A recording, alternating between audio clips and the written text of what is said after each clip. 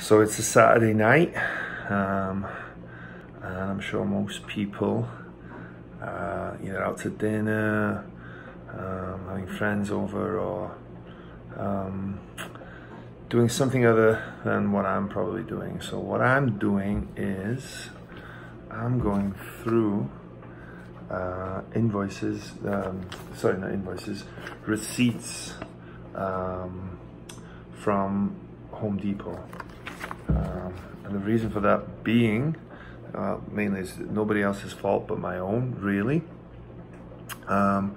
is that for one of the units that I was getting renovated, it seemed like the materials that were being used, or the amount of materials, or the cost of the materials, more than anything, so the cost of the materials more than anything was very high.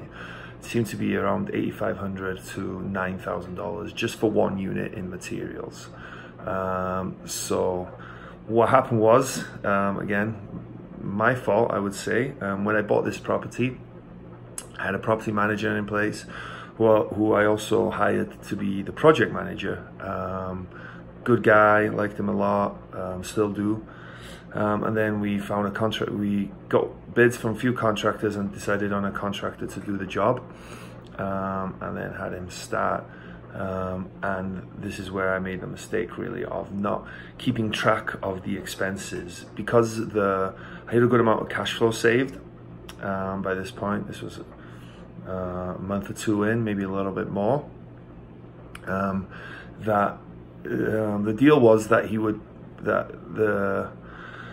the labor would cost $7,500 for one unit. There was quite a good amount of work, but that was kind of one of the better bids that we had, and the contractors had done other work for my property manager before, so we felt comfortable with that. So $7,500 didn't seem like too bad a price, especially seeing as they were known for doing good work. So it's better to pay a little bit more than to try and get the cheapest guy in, and then have them make a mess of it and then have to redo that work anyway. So that was fine, the $7,500, but then the deal was that the material wasn't included in that, so they would just go and get it down, and my project manager would okay that. And what happened was, after a couple of weeks, I realized that, maybe a little bit more, maybe closer to 3 weeks, that the total was getting to quite a good amount. The amount that they were spending on materials was quite a good amount. So at that point, it was kind of a little bit too late. And then I asked them, I then went to put everything on my credit card, but still, it still added up to quite a good amount. So like I said, it was between $8,500 and $9,000 for just one unit. So anyone who's familiar with doing renovations, especially on apartments, that seems like quite a bit. So so here I am now with all of these, and I don't know if you can see, but a lot of them have codes. They don't say what they actually are.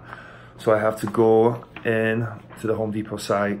I'm going to, I haven't started yet. Go into the Home Depot site, put the code in, find out what it is, write down next to each and every line item. So again, as you can see, there's quite a few line items, and I think I've got about 15 of those pages. Some have more, some have less. But just to decipher what everything is. It's not that I'm saying that necessarily there's been any foul play or any dodgy antics, but I need to know it's my money. I've worked hard for it, I've saved hard for it, so I want to know where everything's going and have a better understanding on what's being spent. Again, something that from the start I should have been doing. I think the mistake I made was knowing that I had a project manager, thinking that I had a reliable contractor, and that I could be a lot more hands-off, so that I could focus on other projects, looking for other properties. I still had a full-time job at the time, so I kind of took my eye off the prize a little bit like that. So extreme ownership as Jocko would say, it's nobody else's fault but my own. So I could take complete and utter responsibility for that. And because of that, I have this lovely wad of receipts to go through. I don't have to go through line item, and hopefully then I'll be able to see, you know, get a better understanding of where that money went.